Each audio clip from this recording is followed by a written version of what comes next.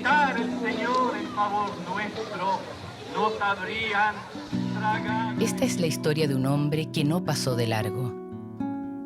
En un país donde los sueños parecían ser posibles, vivió este hombre sencillo. En el campo donde creció, pudo apreciar la virtud del ser humano y muchas veces se preguntó por el valor del trabajo y la dignidad de las personas. Y no pasó de largo.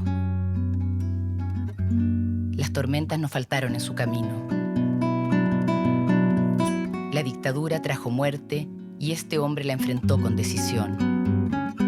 Buscó la justicia, ofreció amparo a los perseguidos y nos llamó a practicar la solidaridad con los marginados, con los reprimidos, con todos los otros, sin importar su color. Esta es la historia de un hombre que no pasó de largo.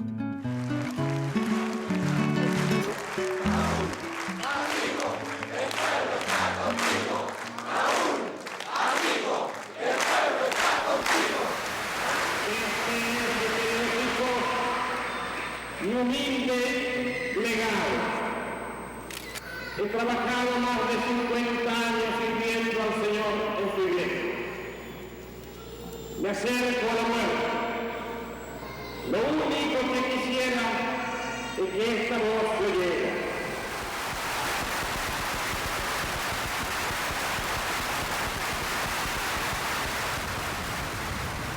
¿Quiénes se acuerdan hoy de esta historia? ¿Dónde están los rastros de Raúl, el cardenal del pueblo?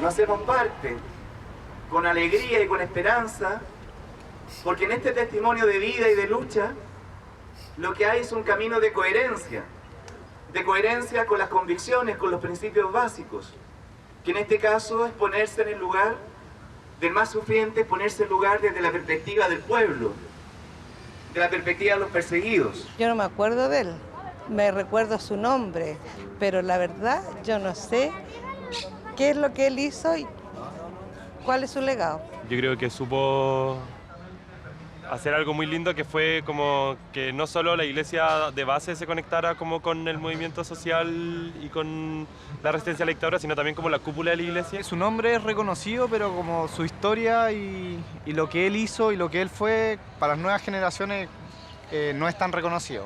Hoy día los pastores no están mucho con la gente que sufre. Fue el revés de la medalla. Yo que no lo creía uno de los sacerdotes pitucos, digamos, francamente. Pero era todo lo contrario. Como nos acogieron, también acogieron el dolor. O sea, al que perseguían, al que desaparecían, todo. Íbamos a parar allá a la Plaza de Armas, a la vicaría, a buscar algo, alguna respuesta. Raúl Silva Enrique es un santo.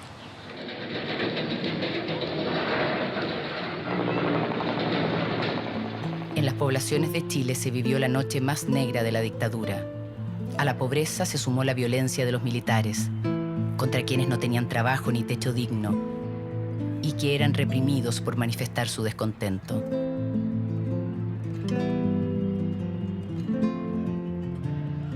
La falta de justicia era absoluta. No había amparo para miles de perseguidos. Raúl Silva Enríquez abrió las puertas del refugio para todos los necesitados.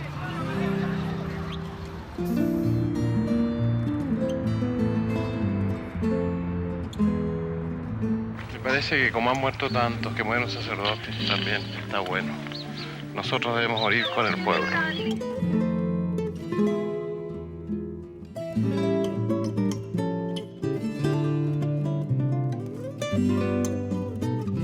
Bueno, la razón que me acerqué a la vicaría es la razón por la que se creó la vicaría, para proteger a los que estaban siendo perseguidos, a los que estaban sufriendo ante una dictadura tan cruel.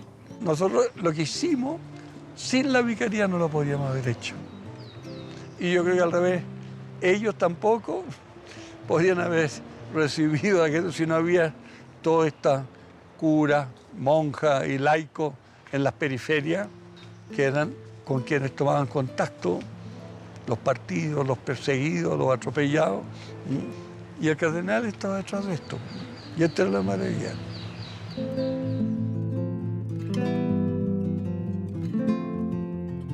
Nos avisaron por teléfono que a él lo habían detenido en la madrugada del día 12 de mayo de 1976. Fue la primera vez que mi madre escuchaba que había que dirigirse a la Vicaría de la Solidaridad.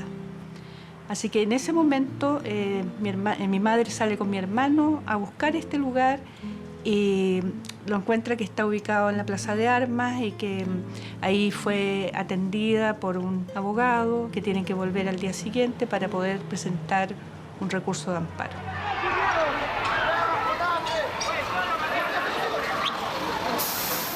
El cardenal era un hombre muy serio, poco expresivo, pero asimilaba todas las cosas. Y después llegaba la misa en la catedral del día domingo, y yo no lo escuchaba hablar. Y era un hombre con una fuerza extraordinaria. O sea, todo esto que había recibido, a él lo alimentaba psicológicamente y le daba una fuerza tan grande que era capaz de afirmar los valores del Evangelio, los valores universales en materia de derechos humanos, con una fuerza increíble, con un poder de convicción que también era atractiva para el resto de la gente. Tenemos confianza en que nuestros trabajos, desvelos y sacrificios servirán para alcanzar y apresurar la paz que anhelamos para Chile y para todos los países de América y del mundo. Su oración era tan convincente que realmente uno salía convencido de que no había otro lugar decente para uno. Nos tocó la gran suerte para nosotros que era justo el cardenal que precisábamos en esos momentos. Porque hay cardenales y cardenales, hay papa y papa, hay sacerdote y sacerdote, ¿no? En él tuvimos un pastor que realmente abrió su conciencia al grito de los derechos humanos y de los pobres, y así fue fiel a Jesús. Y eso, con todas las limitaciones que lo puede haber hecho, eso es lo que lo hace ser lo que significa para los pobres el cardenal. Ellos lo sienten que es su pastor, su cardenal, el que los entendió, el que los acompañó, el que denunció los atropellos. Eso, y eso basta. A mí no me interesa otra recomendación que la de los pobres.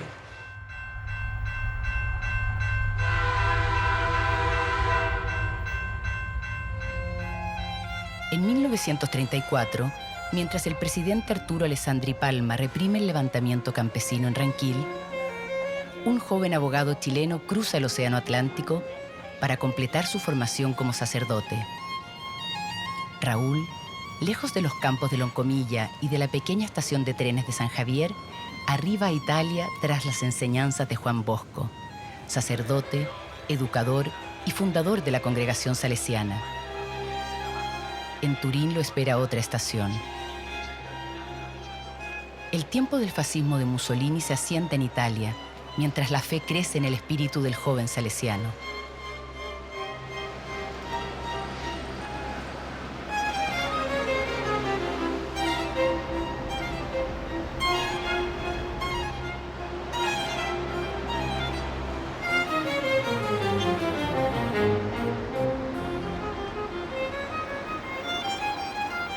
Fue primero, además de cristiano, evidentemente, fue salesiano de Don Bosco, como soy yo. Nosotros creemos profundamente que la educación permite transformar las sociedades. La educación es un arte, es el arte de llegar a ser personas plenamente humanas, con una madurez de conciencia. Desde este punto de vista, como digo, por su sensibilidad de abogado, como su sensibilidad de pastor, de sacerdote y de salesiano, creo que ha sido una persona que ha creído siempre realmente en el bien común y por lo tanto en un sistema que pueda garantizarlo. Creer en los jóvenes significa emplear los medios que tenemos en favor de ellos, como son especialmente la educación. En Turín completa sus estudios de doctorado en Teología y Derecho Canónico y antes de volver a Chile es ordenado sacerdote en Italia. El joven Raúl decide consagrar su servicio desde la Iglesia hacia los más necesitados. Un hombre de acción está por entrar en la escena social chilena. Caritas Christi urgenos. Esa es una frase tomada de una carta de San Pablo en que dice: el amor de Cristo por la gente nos urge que nosotros hagamos lo mismo. Nos urge ayudar al desvalido, al desamparado, al campesino sin tierra ni previsión ni futuro, al niño abandonado, al joven que necesita formación, al trabajador al que no se le respetan sus derechos, a los sin casa. La pobreza que vive Chile por el impacto de la Gran Depresión se mantiene hasta fines de los años 30. Las exportaciones de salitre y cobre llegan a sus mínimos históricos con consecuencias directas sobre la clase trabajadora. Frente a esta cruda realidad, Raúl Silva Enríquez responde con gestos precisos: educación, emprendimiento y acción. No era tanto hablar, sino que hacer y hacer las cosas para que demuestran. Tenía esa cosa que yo también tengo muchas veces: uno no es lo que dice, es lo que hace. Inventó el Unicop, por ejemplo, la cooperativa de consumo, todo, cooperativa de verdad, no así de negocio, ¿te fijas? Pero también con los pies en la tierra dice, bueno, ¿dónde hay los fondos para hacer esto? Y se la ingeniaba, igual que Don Bosco. Buscando por aquí y por acá. Él comenzó con las rifas. Mi mamá le ayudaba porque él traía unos autos importados, unos autos de Estados Unidos, autos que en Chile no existían, y los rifaba. Bueno, a mí me tocó acompañarlo en algunos viajes en que pasábamos el platillo, que él tuvo la virtud también de ver el mundo obrero campesino y el mundo de los trabajadores y su inclusión en la universidad a través del DUOC. Fue una persona que nunca se negó la posibilidad de soñar. Las huellas de la obra del padre salesiano llegan hasta la Santa Sede. Raúl Silva Enríquez se destaca entre los sacerdotes emergentes gracias a su eficiente gestión en organizaciones sociales, como el Instituto de la Vivienda Ínvica y Cáritas Chile. Bueno, mi primer trabajo lo realicé en Invica, que era el Instituto de Viviendas de Cáritas, que lo creó él. La visión que él tuvo de crear esas instituciones a mí me sorprende hasta el día de hoy.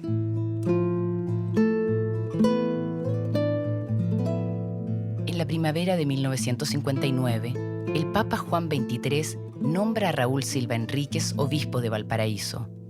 La caridad de Cristo nos urge, se imprime en su escudo de batalla, por la justicia y la igualdad.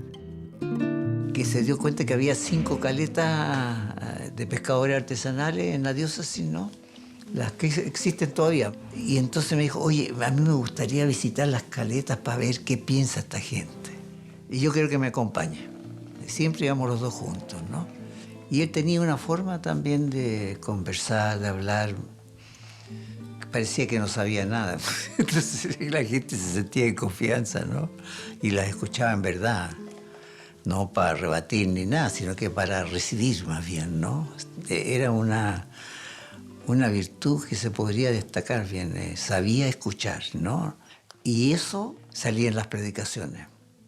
He querido llegar hasta vosotros por primero, es decir, la primera ciudad de mi tierra a la cual he prometido venir y a la cual visito sois vosotros. Creo que teníais derecho, porque si hay una ciudad que me haya robado a mí el corazón, que me haya sentido en ella como hijo genuino de esta tierra, si hay un lugar donde yo haya vivido por entero con serenidad y tranquilidad, dedicado a mis labores de pastor, dedicado a mis labores de obispo para cuidar de las almas, si hay una ciudad, repito, en que yo haya podido desempeñar todas estas funciones con inmenso agrado de mi espíritu, con gran consolación de él, esa ciudad es Valparaíso. 1960. La peor catástrofe de la historia sacude al país. Raúl, el entonces obispo de Valparaíso, decide partir hacia Europa para buscar ayuda a través de Cáritas. Llega hasta el Vaticano, donde se encuentra por primera vez con el Papa. Monseñor Tácoli anuncia, ¿no es cierto?, Radulfus Episcopus Vallis Paradisi, o sea, Raúl Silva, obispo del Valle del Paraíso. ¿Ya? En latín, Vallis Paradisi, el Valle del Paraíso, Valparaíso. Y el Papa, que era muy espontáneo, ahí le dice, llegó aquí el obispo del Paraíso y yo apenas soy vicario de Cristo acá en Roma, le decía, ¿ya?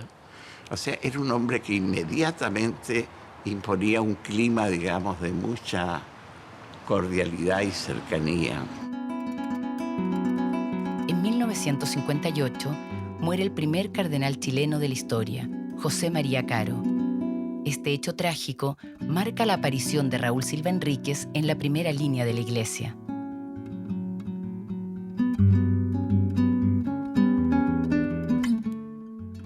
A él se lo designó cuando había otros dos nombres que parecían fuertes candidatos al arzobispado de Santiago. Monseñor Manuel Larraín, por una parte, que era considerado muy progresista en la Iglesia. Y más bien la gente más conservadora apoyaba a Raúl Silva Enríquez, digamos, configuraciones eclesiásticas al respecto. Bueno, y para que vea usted cómo la vida mostró absolutamente, digamos, otra cosa. Rápidamente, él mostró que no era lo que muchos creíamos que era. Jorge Alessandri se jugó por el cardenal Silva Enríquez. Y le gustaba el cardenal Silva Enríquez por muchas razones, pero entre otras porque lo encontraba un muy buen empresario. El cardenal Silva Enríquez sabía manejar plata, sabía pasar el platillo, había construido muchísimas iglesias en Valparaíso, en su diócesis. Tenía buena relación con los empresarios. Y el cardenal, la verdad, que era un hombre de Dios, un hombre muy apolítico. En el primer consistorio que hizo el Papa Juan XXIII para nombrar nuevos cardenales, don Raúl ya estaba en Santiago como arzobispo de Santiago y fue hecho cardenal al poco tiempo.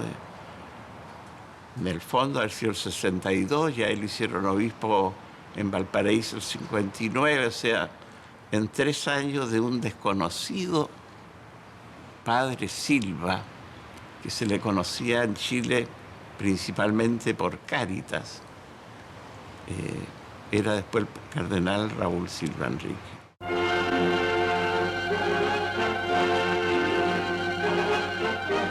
En el aeropuerto Los Cerrillos, una muchedumbre que encabezó el propio jefe del Estado esperó al cardenal Raúl Silva Enríquez a su regreso desde la ciudad eterna, investido como príncipe de la Iglesia Universal. Su eminencia volvió a su patria en un avión Panagra que ostentaba su escudo en la portezuela.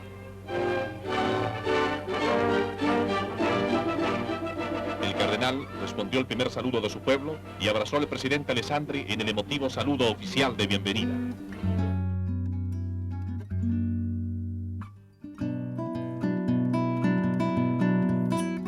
Queridos hijos, después de trasponer las fronteras de la patria amada desde el aire, en el puro y azulado cielo de Chile, os envío mi primer saludo, acompañado de mi más fervorosa bendición.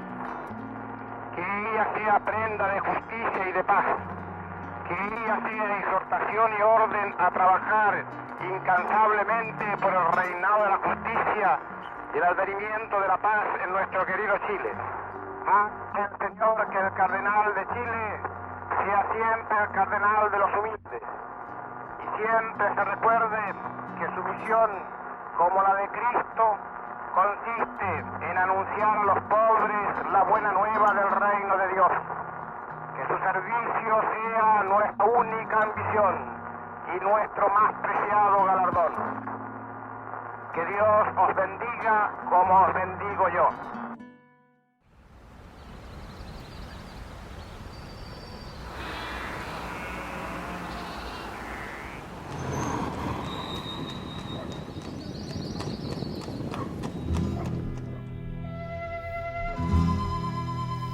Bueno, el agro chileno vivía una situación de retraso considerable, con un sistema de explotación muy anticuado, bastante feudal, digamos, ¿no? Con muchas tierras no cultivadas y con escasísima tecnología.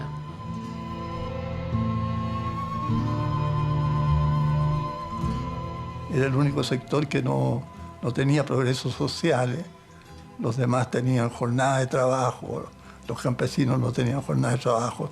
Los demás tenían asignación familiar, no tenían asignación familiar, etcétera, no gozaban de ningún derecho. Y especialmente no tenían el derecho de sindicalizarse. Emigran a las ciudades, empiezan a construir grandes cinturones de pobreza. La situación social creada por el agro era insostenible.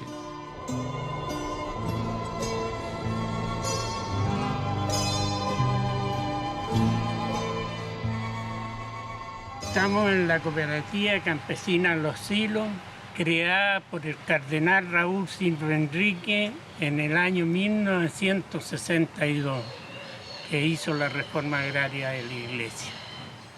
A mí me pareció que debía hacer la reforma porque teníamos muchas tierras y no estaban en poder de los obispados, sino que las arrendábamos.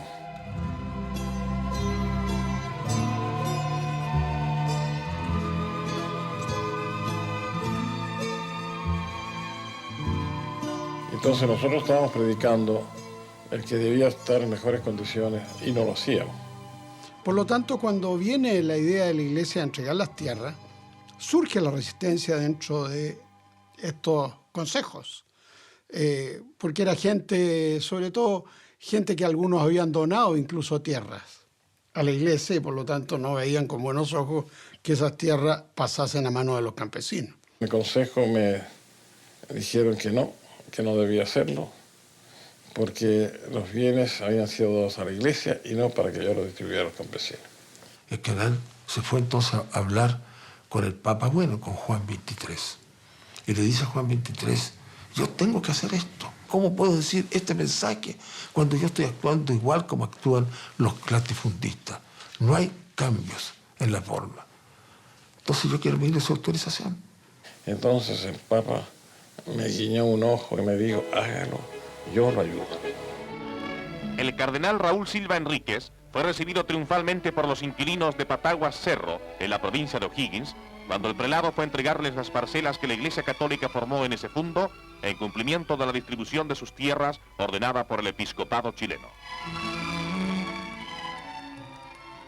Nunca hubo ninguna duda, ni en el gobierno de Frei, ni en el gobierno de Allende, de que la Iglesia apoyaba los procesos de cambio social. Y el cardenal Silva Enrique todavía no había tenido el rol destacado que tuvo después en la defensa de los derechos humanos, pero en lo social aparecía como un cardenal muy avanzado. Usted, señor cardenal, ha plantado el árbol del Instituto de Promoción Agraria, el Instituto de Pastoral Rural, Pastoral Obrera, Pastoral Juvenil, Fundación para el Desarrollo, Sociedad Comercializadora Nacional, ILADES, Cáritas y tantos otros. Son árboles que han dado muchos frutos. Pero el árbol de la reforma agraria de la Iglesia es el que más fruto ha dado dignidad al campesino, devolviéndole su condición de ser humano. Lo que más me recuerda fue una frase de Monseñor Manuel Larraín y el cardenal. Ellos dos dijeron una frase que nos quedó muy grabada. Al hombre, cuando se le trata como hombre, responde como tal.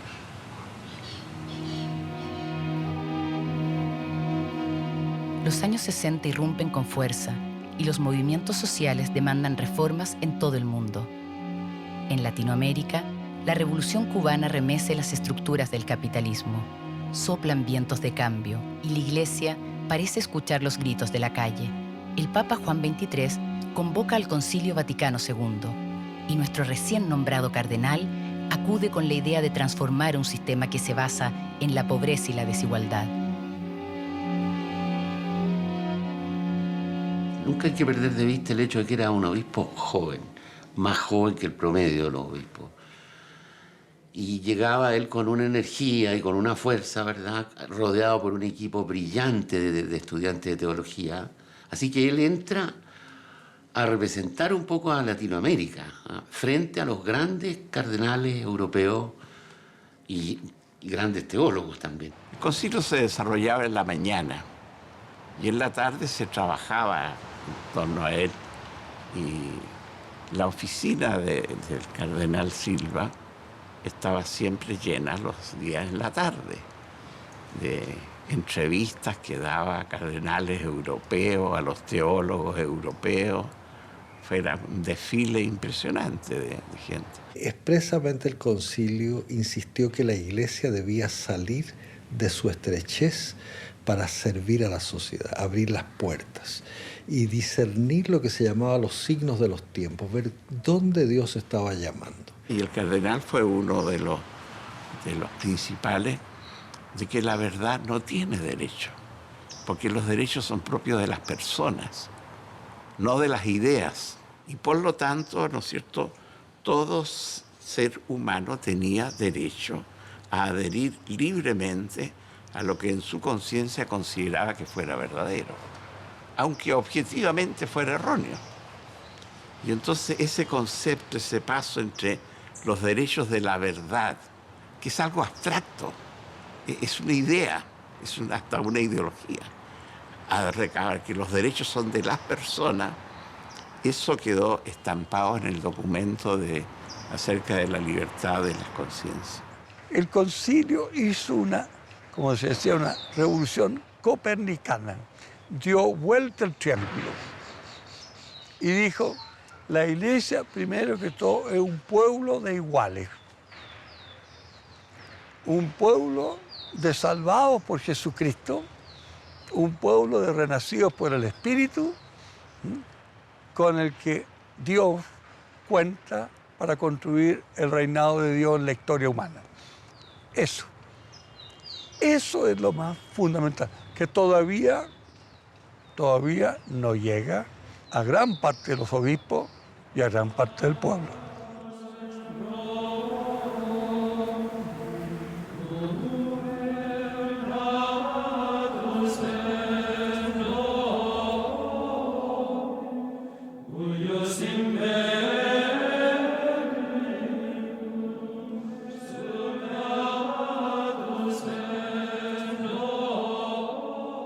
La toma de la Universidad Católica le imprimió carácter, por llamar así, a todas las tomas. Yo creo que sin la toma de la Universidad Católica, probablemente las otras tomas podrían haber sido consideradas más políticas.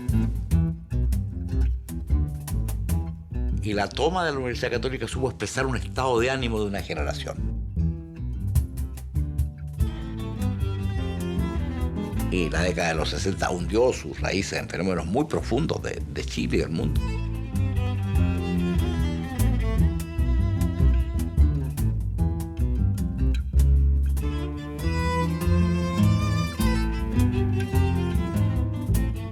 Las demandas del movimiento estudiantil por mayor democracia al interior de la Universidad Católica partían por el rechazo de la tradición vaticana de nombrar obispos en la rectoría del plantel. Alfredo Silva Santiago, arzobispo de Concepción, había sido designado en 1953. El cardenal Silva Enríquez, con el respaldo del Concilio Vaticano II, toma decisiones frente a la crisis. Miguel Ángel Solar va y le dice al cardenal, bueno, nosotros no podemos seguir en esta toma. Entonces, si usted está de acuerdo en nosotros en esos dos puntos, le pediríamos una lista de los posibles rectores que a usted le gustaría que asumieran. Y el cardenal hizo su lista. Y en esa lista había, lo que yo recuerdo, como 3 o 4 teólogos, y había algunos personajes como Máximo Pacheco, por ejemplo, como Willy Tayre, que en esa época era considerado más de izquierda, posibles demócratas cristianos, que al cardenal no dejaban de interesarle, como si rechazaban o los alumnos no aceptaban a estos teólogos que él estaba poniendo en primer lugar. Y el último de esa lista y deben haber sido unos 7, se me ocurre, 7 u 8, estaba Fernando Castillo Velasco. Se democratiza la universidad, se genera un consejo superior completamente expresivo de los estamentos de la universidad, sus profesores, sus estudiantes. Y el cardenal va a jugar un papel, a mi juicio, muy importante en darle legitimidad desde el punto de vista de la Iglesia al planteamiento que hacían los estudiantes. Fue el modelo de lo que debía ser una reforma. Somos los herederos legítimos de los padres de la patria y juntos haremos la segunda independencia, la independencia económica de Chile. Y ustedes son los actores fundamentales del gran cambio revolucionario histórico que Chile enfrenta y que nadie impedirá que vamos a ejecutar y realizar.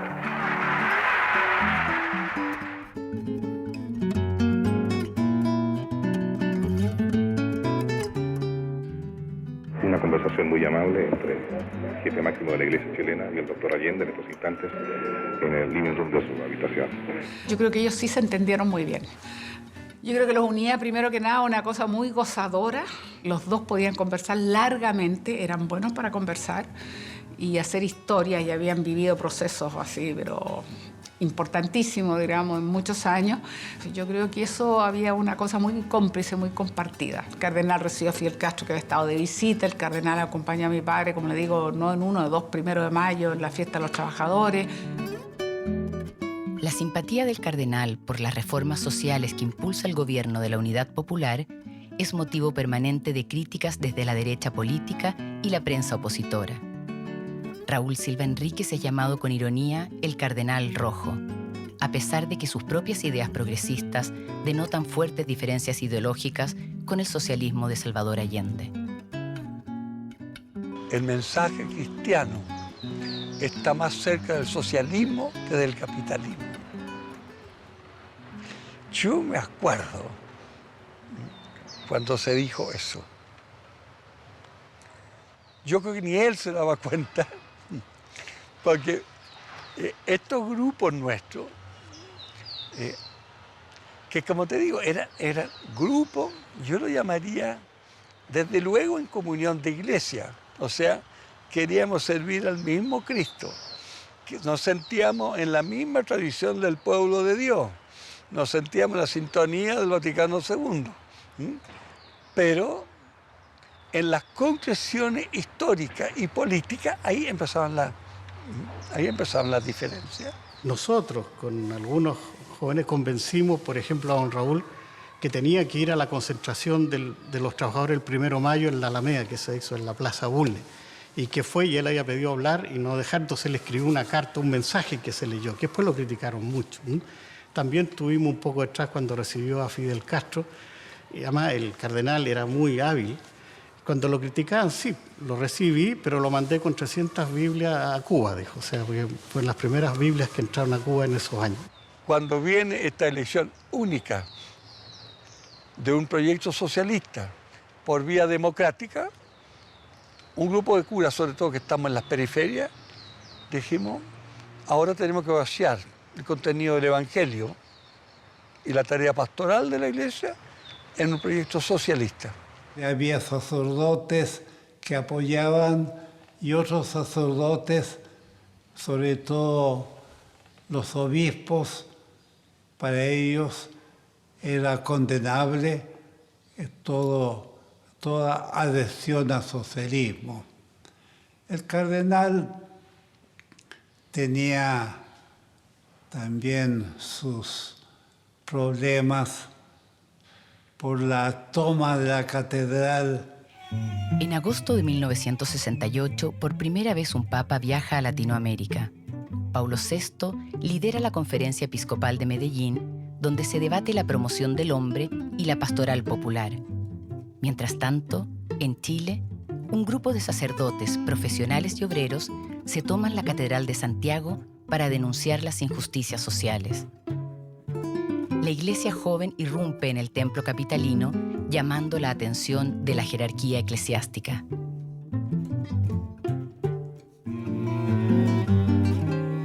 El cardenal era un político, vuelvo a repetir. Estaba muy bien todos los cambios en la sociedad, pero nada que afectara a la integridad de la iglesia que él dirigía. Yo creo que cualquier idea de que el cardenal fue simpatizante, que los toleró, es totalmente equivocada, totalmente equivocada.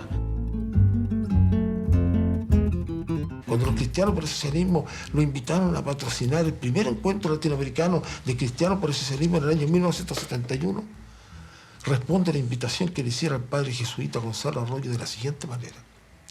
He estudiado prolijamente el documento de trabajo, llegando a la convicción de que ustedes harán una reunión política con el deseo de lanzar a la Iglesia y a los cristianos en la lucha en pro del marxismo y de la revolución marxista en América Latina. Perdóneme que no pueda acceder a su petición y le ruego borrar definitivamente mi nombre de los posibles patrocinadores de este encuentro. Me parece que su acción es destructora de la Iglesia. Perdóneme, mi querido amigo, la franqueza. Usted conoce mi carácter y mi manera de orar. No me mueve ningún otro interés.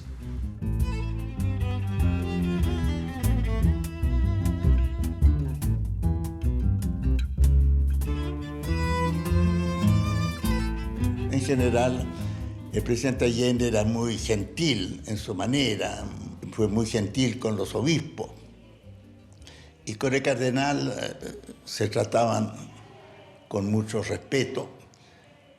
Lo que no quita que el cardenal y todos los obispos lucharon para que el gobierno no insistiera en esa reforma educacional. La intención del gobierno era ofrecer al país un programa, un currículum propio, unificado para la educación del muchacho chileno, ¿no? Y nosotros dos fuimos, Patricio Cariola, jesuita, y un servidor, fuimos elegidos por el episcopado para integrar, a petición del mismo gobierno, la comisión curricular para establecer las cosas que hay que aprender, estudiar como estudiante en Chile, desde los pequeños hasta los profesionales, hasta la educación superior. Estuvimos allí más de un año y medio, cuando nos dimos cuenta, con Cariola, que era un juego muy peligroso desde el punto de vista educativo, porque había otra comisión que no pasaba por la comisión oficial establecida por el presidente, sino había una comisión lateral que trataba de influir y de insistir en los postulados, especialmente de tipo marxista, para que la educación del chileno tuviera un solo patrón, el patrón marxista. Bueno, todo esto lo escuchamos, lo aprendimos, lo discutimos, al final vimos que era casi imposible abrir esta posibilidad de ser mucho más ecléctico en la formación de los chilenos. 1973. El clima de tensión crece día a día. Raúl Silva Enríquez tiene olfato político y sabe que un quiebre institucional es el peor camino posible para el país y su gente. El cardenal se empeña en evitar que el conflicto siga escalando e intenta crear puentes entre las fuerzas políticas para producir el diálogo. Solo se escucha ruido de sables.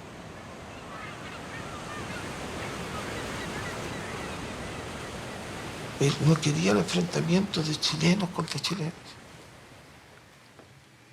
Y para él entonces se daba cuenta de que su prédica no estaba dando los resultados que él quería.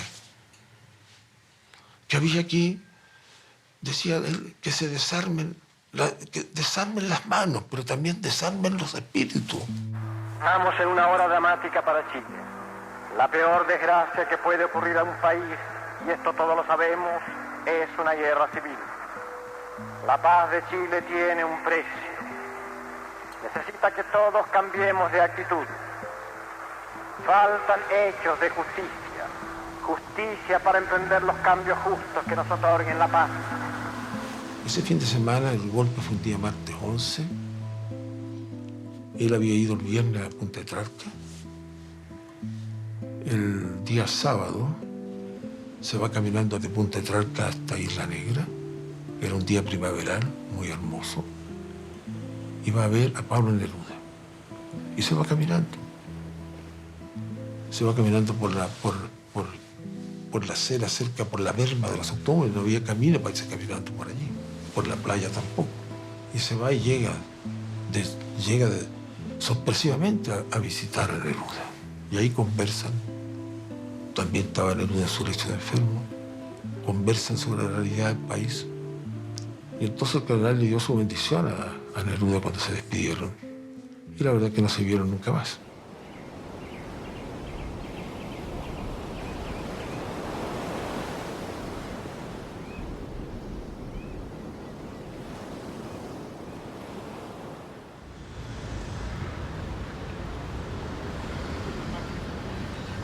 Pedimos respeto por los caídos en la lucha y en primer lugar porque fue hasta el martes 11 de septiembre presidente de la República.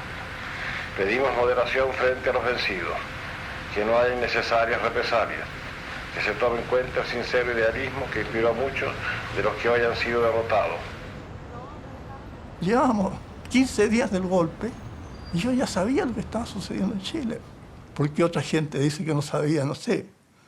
Porque también fui a San Antonio y en San Antonio también fusilaron a 10, 11 o 12 de los principales dirigentes sindicales que habían, y lo sabía todo el pueblo, todo el mundo lo sabía.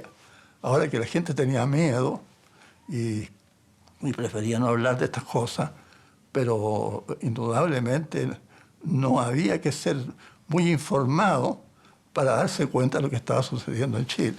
La democracia cristiana y la misma iglesia, yo creo que se alegraron con el golpe.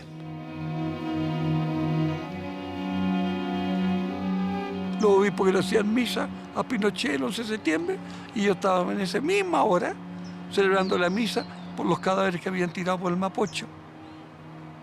Para mí ahí es donde muestra que la iglesia tiene muchas cosas humanas, pero tiene algo que solo Cristo lo explica. Nosotros le dijimos varias veces al cardenal en esos años, don Raúl, usted tiene que romper con el gobierno. ¿Cómo es posible que siga dialogando con Pinochet cuando tenemos un Pinochet que es un criminal? Y el cardenal siempre nos respondió: yo no puedo romper con Pinochet. Es el jefe de Estado y él tenía esa convicción de que la iglesia debía entenderse siempre con los jefes de Estado. Lo que hizo el cardenal fue un intento de ofrecerle al régimen militar un trato, digamos, que le permitiera no irse desprendiendo de los presos políticos, no tener estadios nacionales llenos. Entonces él trató de ser lo más gentil, si tú quieres, con el gobierno en los primeros, sobre todo los primeros 2 años. De hecho, el Papa Pablo VI quiso enviar una carta de condena al golpe de Estado y él personalmente le pidió que no lo hiciera, porque si lo hacía, si el Papa hacía esto, significaba que se declaraba más o menos que la guerra entre la Iglesia Católica y el gobierno militar, y eso él lo quería evitar. Años después se arrepintió y quiso que el Papa enviara la carta, y el Papa le dijo: no, ya pasó el momento, ya. Oh Dios Todopoderoso, que ayudaste con tu sabiduría infinita a desenvainar la espada y a empuñarla para recuperar la libertad de esta patria que tanto amamos, te pido ante mis conciudadanos lo que tantas veces te imploré en el silencio de la noche antes del 11 de septiembre. Ayuda hoy a este pueblo que tanto te pide.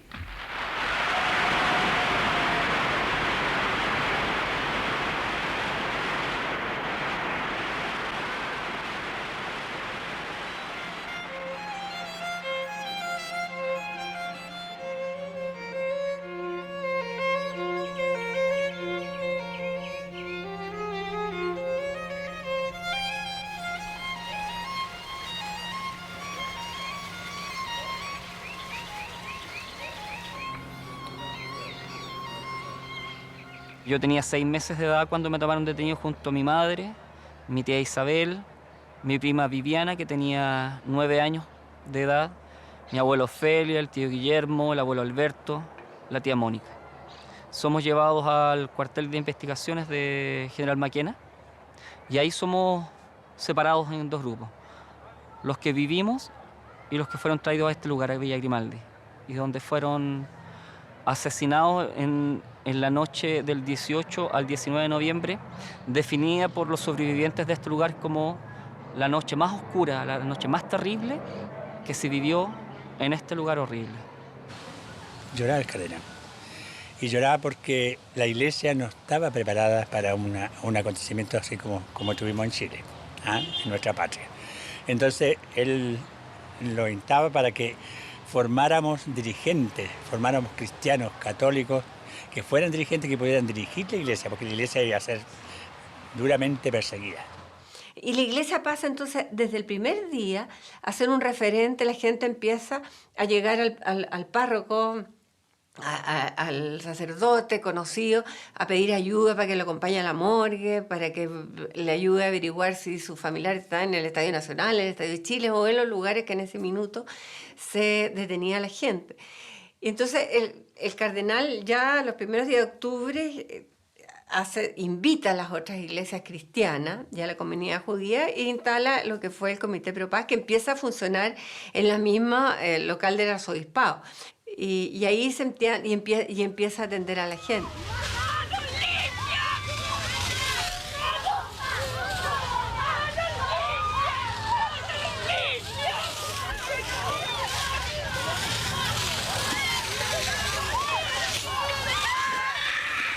Hay que imaginarse lo que podía ser tener una oficina perdida por ahí, por Almirante Barroso, rodeada por la DINA, digamos, y a punto de ser asaltada, con tipos refugiados adentro.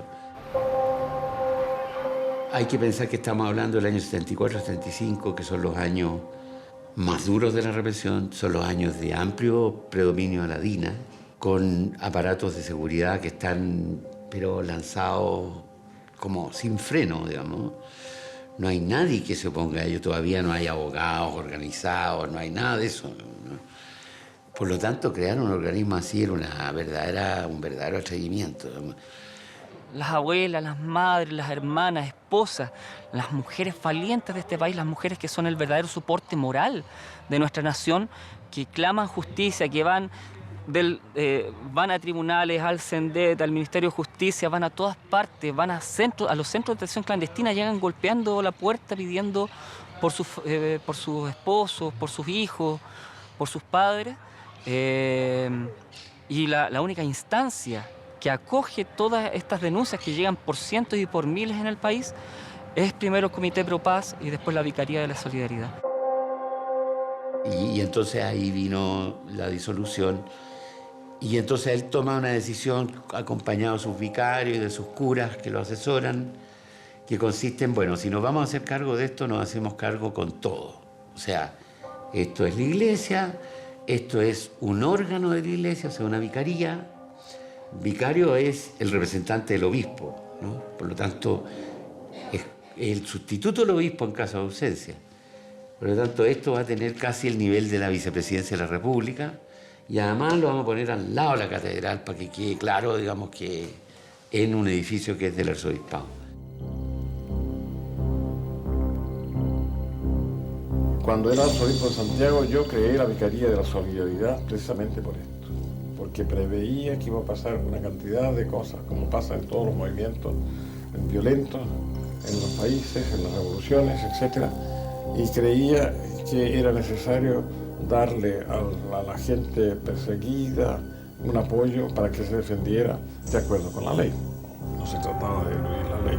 El cardenal Raúl Silva era un abogado y por lo tanto era una persona que indudablemente tenía desde ese punto de vista una predisposición para entender toda la temática de los derechos humanos y para insistir en que la defensa que hiciéramos en la vicaría la hiciéramos en las instituciones. Entonces, había muchas personas que que sin conocer a nadie, pasaba algo en una población, llegaban a la vicaría. Ahí la vicaría le designaba un abogado. Entonces ellos tenían una experiencia muy, muy importante de lo que estaba pasando. Entonces ahí nos juntábamos todos. Entre el 29 de abril y el 30 de abril fueron detenidos dos de mi hijo, la señora de mi hijo, y más el bebé que ellos llevaban en brazos cuando venían de regreso a la casa. Y al otro día fue detenido mi esposo, Manuel. Por debajo de la puerta habían tirado un papel que decía: señora, diríjase a la Vicaría de la... Manos anónimas. Señora, diríjase a la Vicaría de la Solidaridad. Así llego a la Vicaría. Realmente fue el lugar que para nosotros se abría la puerta en la mañana, uno entraba y podía estar todo el día tranquila y a veces hasta podía olvidar lo que pasaba afuera, pero cuando teníamos que hacer abandono a las 6 de la tarde que la vicaría cerraba, nadie sabía qué iba a pasar con uno, si íbamos a llegar a la casa, si nos iban a ir a detener, qué iba a pasar. Pero de esa forma fuimos conociendo nosotros cómo trabajaba la Iglesia en la defensa de los derechos humanos.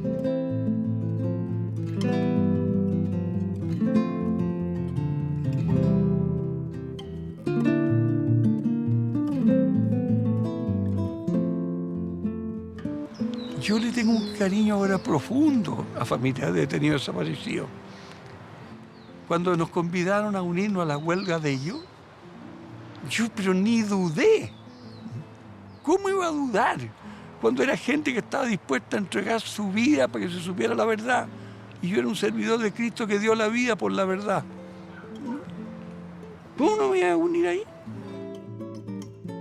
Este es el programa Escucha Chile de Radio Moscú. Alrededor de 15 mujeres se encadenaron en las puertas de la sede de la Comisión Económica para América Latina, CEPAL, para exigir el esclarecimiento de la situación de sus familiares detenidos y desaparecidos. Y que otro que de repente sentíamos miedo, pensamos que no teníamos derecho a tener miedo, porque el cardenal lo que hacía es que con su manera de conectarse con la gente, con su discurso, su oración, era tan convincente que realmente uno salía convencido de que no había otro lugar decente para uno, que sabía la verdad y que seguir trabajando en la causa en que ya estaba trabajando. Nosotros no creemos, nosotros no aceptamos que la violencia homicida sea el motor de la historia. Rechazamos cualquier determinismo que pretendiera imponer al hombre la necesidad de matar a su hermano para ser más o mejor hombre. Debe ser posible, gritan nuestros jóvenes, vivir sin odiar, vivir sin matar. Proclamar la paz es para el cristiano anunciar a Cristo, que es nuestra paz. Hoy al mediodía falleció en el hospital militar don José Toá González, exministro del régimen marxista. El señor Toá se encontraba internado en tratamiento en el hospital militar, afectado de una fuerte depresión nerviosa con trastornos psicosomáticos, la que lo impulsó a poner fin a su vida colgándose del cuello en el closet de su habitación. Mi mamá siempre recordaba con mucha gratitud y también con mucha sorpresa el comportamiento que tuvo el cardenal cuando mi padre murió, porque ella le pidió que hiciera la misa con motivo de su entierro, y el cardenal recibió un llamado desde el gobierno diciéndole que él no podía hacer esa misa porque mi padre era un suicida. Y mi mamá le tocó presenciar una conversación en que él dijo: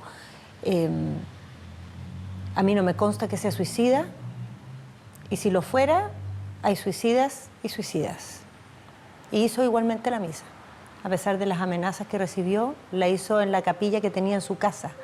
Ahí se hizo la misa en esa oportunidad y la ofició él mismo, a pesar de las advertencias que recibió del gobierno.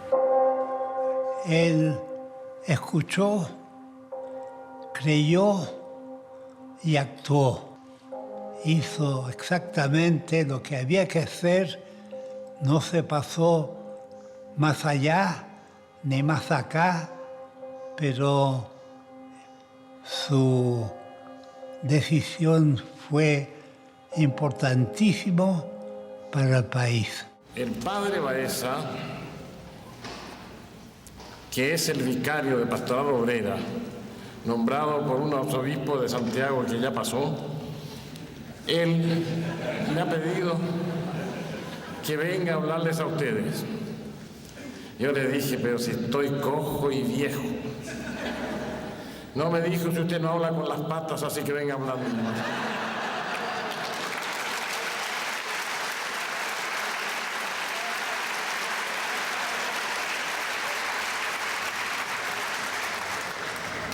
Aquí estoy. Pero, ¿qué impresión tengo yo después de haber oído lo que ustedes han dicho, han cantado, etcétera? Veo que un pueblo, que ustedes que somos, diré mejor, un pueblo que sufre. Un pueblo que a pesar de tantas virtudes y tantos esfuerzos, no ha logrado todavía la paz. La paz es el bien supremo, el bien que el Señor le dio a sus discípulos como fruto de su muerte. Mi paz os dejo. La paz viene de la justicia, viene de la caridad y viene de la libertad. Nosotros no tenemos esto. De los momentos así significativos que le tocó vivir a la vicaría, yo creo que ese descubrimiento en octubre, noviembre del año 78, cuando estábamos culminando el Año Internacional de los Derechos Humanos y estábamos por empezar el simposio, fue muy brutal, por una casualidad de un viejo minero que busca a uno de sus hijos que había sido detenido o había desaparecido hacía 4 años. Y él empezó a recorrer minas abandonadas o lugares abandonados de la zona de Lonquén, pensando que lo podía encontrar, tal vez ahí. Se encuentra con los hornos, encuentra que hay restos humanos y además nos dice que arriba de una meseta muy cerca también hay cuerpos botados. Y efectivamente, a partir de ese instante ya no se pudo seguir hablando de presuntos detenidos desaparecidos, sino que se tuvo que asumir que personas que fueron detenidas por fuerzas del Estado, nunca más se supo de ellos. He aquí que despierta de la muerte el justo Abel, mi siervo Jesucristo. Miradlo como viene sin violencia, el que juzga a los pueblos con justicia.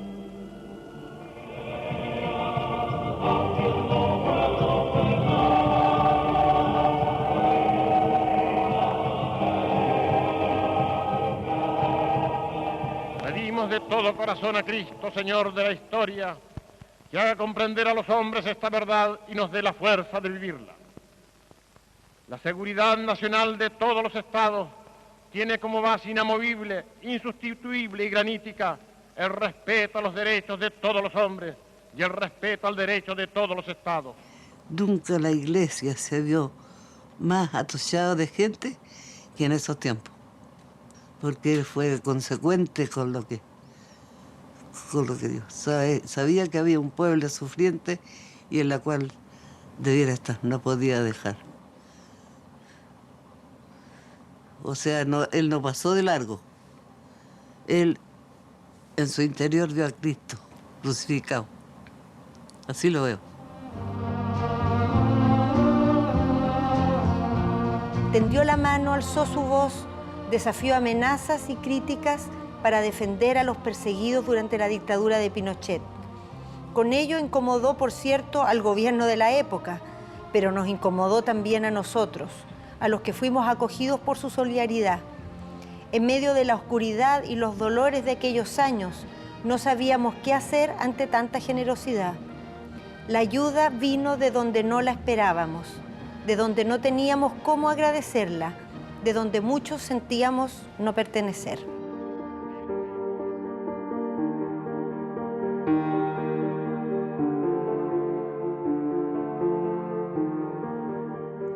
Con Sodano no se entendió porque Sodano quería entenderse con la dictadura. El representante del Papa en Chile, el nuncio, Angelo Sodano, no era una persona que estuviese de acuerdo con las cosas que hacía el cardenal. La norma canónica señala de que el cardenal o el obispo tiene que presentar su renuncia el año que cumple los 75 años.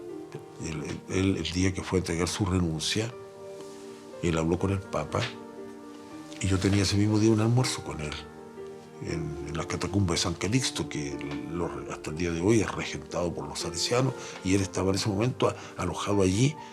Y ahí él me dice, con voz entristecida, me dice: yo creo de que mi renuncia la van a aceptar muy rápido. Porque le dije al Papa que yo me sentía con fuerza y que quería seguir. La opinión del obispo que se va siempre va a ser considerada. Fueron sus únicas palabras.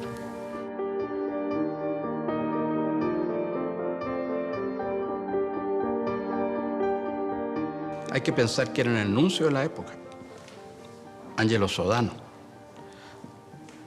Es increíble que un trabajo que es de la esencia de la misericordia y la caridad cristiana, como es el trabajo que hacíamos en la vicaría, basado en la parábola del buen samaritano, absolutamente evangélico, nunca haya tenido la deferencia de visitar una vez siquiera la Vicaría y la Solidaridad.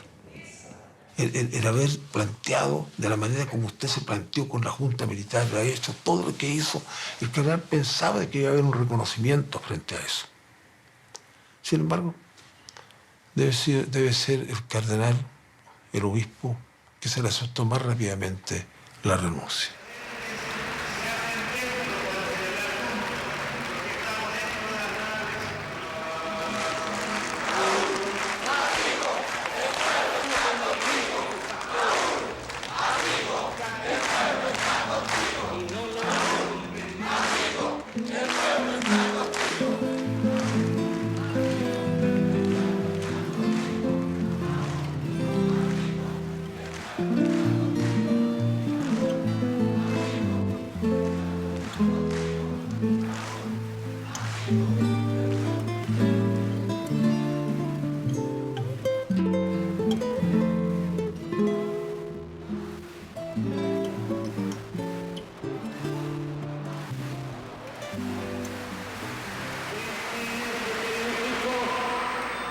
Mi humilde legado. He trabajado más de 50 años sirviendo al Señor en su iglesia. Me acerco a la muerte. Lo único que quisiera es que esta voz me llegue y reconciliándonos todos construyéramos una patria mejor, una patria de hermanos. Así sea.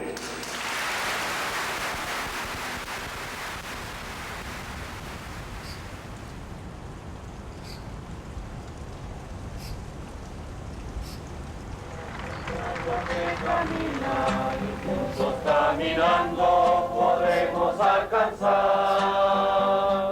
otra ciudad que no se acaba sin pena ni tristeza, ciudad de eternidad. Ya nos inspira a seguir trabajando y a saber que desde la religión también se puede oír una voz de liberación.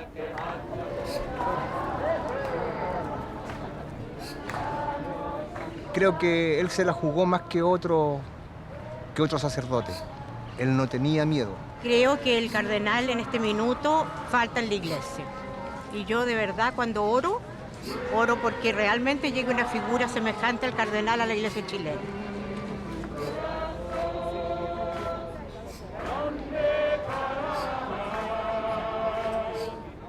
La iglesia debe ser la iglesia del pueblo, sin tanta jerarquía, sin tanta pomposidad. Yo creo que Jesús fue una persona del pueblo, entonces Jesús caminaba con su pueblo. La riqueza de don Raúl sigue presente, no sigue presente en los medios, sigue presente en un barrio que tiene una capillita, que la gente va a misa, si tiene problemas de salud encuentra solidaridad y visita de enfermos, hay catequesis, hay ayuda fraterna. Yo creo que es una figura que, como ustedes están haciendo, merece la pena que no sea olvidada, y no tanto por reconocimiento a él ya no lo necesita, pero sí como ejemplo para las nuevas generaciones, porque fue un modelo de capacidad de diálogo, de entendimiento en la diversidad o incluso de confrontación cuando creía que era necesario. Podremos alcanzar